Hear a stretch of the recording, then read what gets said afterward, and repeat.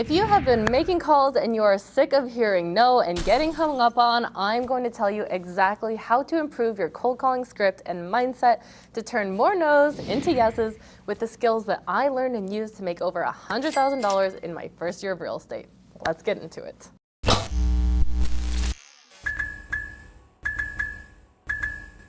Hey, what's going on? My name is Vanna Jarabek, real estate agent, investor, content creator here in Seattle, and I am super excited about this video today because cold calling is so hated on, but it works so well. And if you're watching this video, I'm guessing you're one of a couple types. You're either scared to cold call because you don't have the right mindset to make this strategy work, or you've been cold calling but are super unhappy with the result and ready to give up. Or cold calling has been amazing for you and you're just looking to sharpen up your skills. Whichever one you are, I am glad you're here. We're gonna have a good little conversation. Hopefully I can bring some insight and value to your calling. So if this video turns out to be helpful, please drop a like and subscribe and let's get into this. So first thing we need to do is we need to remove the stigma on cold calling. Do you guys see the ads that come on Instagram? Cold calling doesn't work anymore. Buy my social media course. Cold calling is dead. Cold calling is stupid. Our job as real estate agents, especially new real estate agents who don't have a huge sphere or past clientele, is to talk to strangers. That is how we make money. At the end of the day, all you're doing when you're cold calling is calling people, having conversations, and offering to solve their problem if there is one to be solved. It's not a scary thing. It is a way to have conversations with people. There's nothing wrong with calling people, offering a service,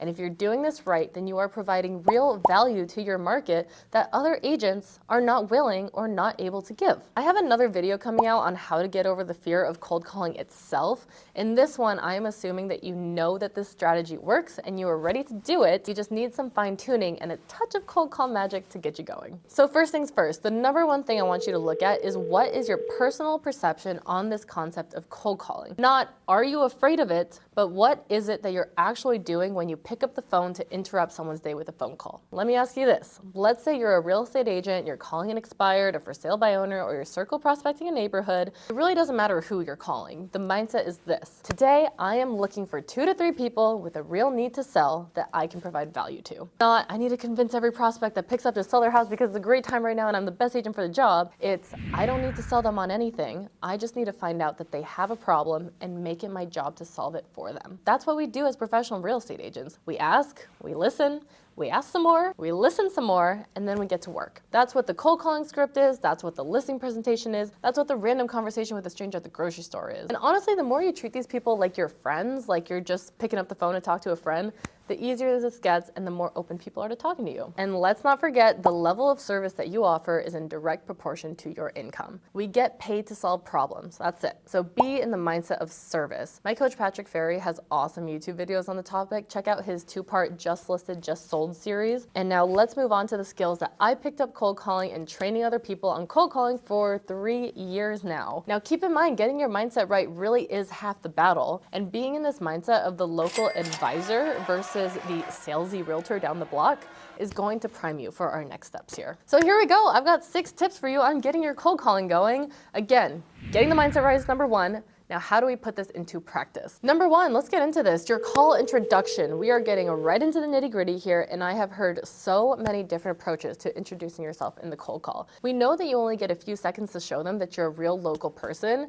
so how do we get this right? After attempting many different call intros myself, this is what I found to be most successful. Hey, Michael? Yes. Hey, Michael, I'm calling about your house on Main Street. Do you still own that? Yes. Awesome. My name's Vanna. I'm a local realtor or investor here in Seattle, and I'm calling because I'm representing some buyers who are looking to move into the neighborhood. So I'm curious if you've had any thoughts on when you may plan on selling. So there's a couple things to unpack here. The keys here are that deep level curiosity. My curiosity piques their interest, and I'm just looking for context. And then I don't mention I'm a realtor until I know I have the right person so that they don't hang up on me. I don't ask how they're doing today. I don't open with a super long intro about myself because no one cares. All I need to say is that I'm a local realtor. No company, no backstory, local realtor. They really don't care who you are. It's short and sweet and lets me get on to talking about them and finding out if I could be of value to them. So number 2, memorize your script word for word and use it as a guide. Now this one is very underrated. If you ever get stuck in a conversation with a prospect where they do have some interest but you don't know where to take it from there, this is where having your script in your back pocket is going to come in real handy. Whether you're using my scripts, link down below, Tom Ferry scripts, Brandon Mulrennan scripts, doesn't matter. It is important to have your key questions memorized because your conversations with prospects are going to naturally sway from the script, but having those next questions in the back of your mind ready to go is going to help your conversation move along. Common example of this is, let's say the seller is going to sell, but not for like 6 months. I've gotten stuck in this situation many a time where it's like, okay, they're gonna sell, but what can I do for them now, right? But in my toolbox, I have my questions ready. Hey Michael, I totally get that you're waiting for 6 months. Now, did you want to be sold by the 6-month mark, or did you want to start the process in 6 months? Okay, you want to be sold in 6 months. And are you aware of how long the homes take to sell in this market? I don't blame you. That's what I'm here for, right? Set the appointment. Or, okay, got it. You want to start in 6 months. I know you said you don't really know what's going on with prices. Would it benefit you at all for me to just come over and share the information I have on the market so that you have a good idea of its current value? When can I come over?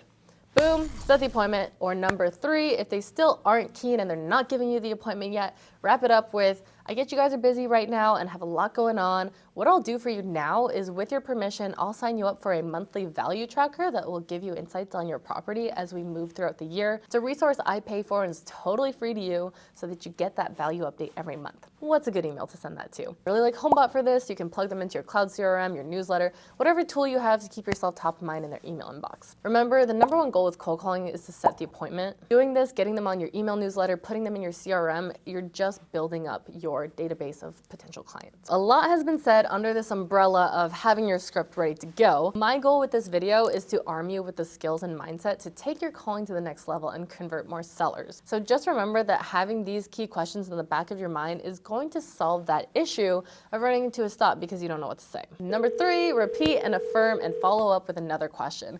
This is a fairly easy and super classic piece of advice, but it is so important. This is your conversation formula. So when you're in your cold calls, repeat and affirm means exactly what it sounds like. Repeat what they said and affirm. You'll see this in most scripts. If the prospect says they're moving in 6 months, then you say something like, okay, you're moving in 6 months. That's the repeat.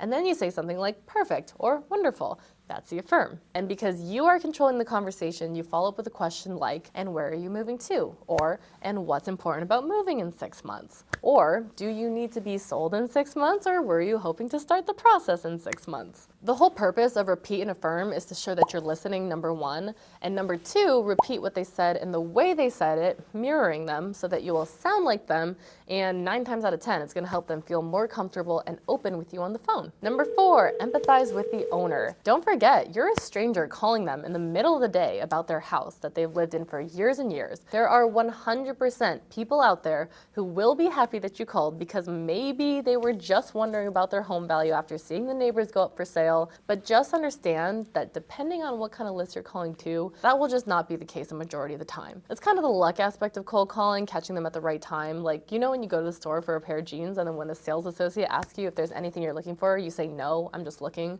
but you know you're looking for that pair of jeans. You are the sales associate. And the way around that smokescreen no, as we call it, is to show empathy and curiosity and ask more questions so that you come off less as a salesman and more as a local advisor here to solve their problem. Really, if there is one thing I want you to take away from this video, is it is not your job to convince anyone to sell their home. Your job is to find the people who are ready to go or who need the information to be ready to go because you are the best person for the job. Those people are out there, and if you have the genuine confidence that you can solve their problem, then you will be the obvious choice. It'll click just like that. Remember, half the people who are calling them are like in the Philippines anyway, and so if you can come off as a local person who is genuinely interested in their best interest, then they're gonna wanna work with you, hands down. Number 5, now let's talk about your number 1 objective when cold calling. Do you know what it is? Type it in the comments right now what your number 1 objective is when making cold calls. I'll wait. Okay, your number 1 job when making calls or doing any kind of prospecting is to set appointments. Say it with me now, your number 1 job in making calls is to set the appointment. Nothing else really matters. If you set the appointment, you can go home. I always tell my team, I don't care how many people you talk to, if you set 2 qualified appointments per week, which for us is someone who needs to sell in 90 days or less, that is all I need you to do. If your goal was to talk to 30 people, but you set your appointments in the first 15, go ahead and be done for the day. Operating in the frame of setting an appointment will help you move that conversation forward and keep you from getting stuck. Just think in your head in the conversation, what do I need to ask next to get towards setting an appointment? Alrighty, number 6, tip on cold calling, set yourself apart.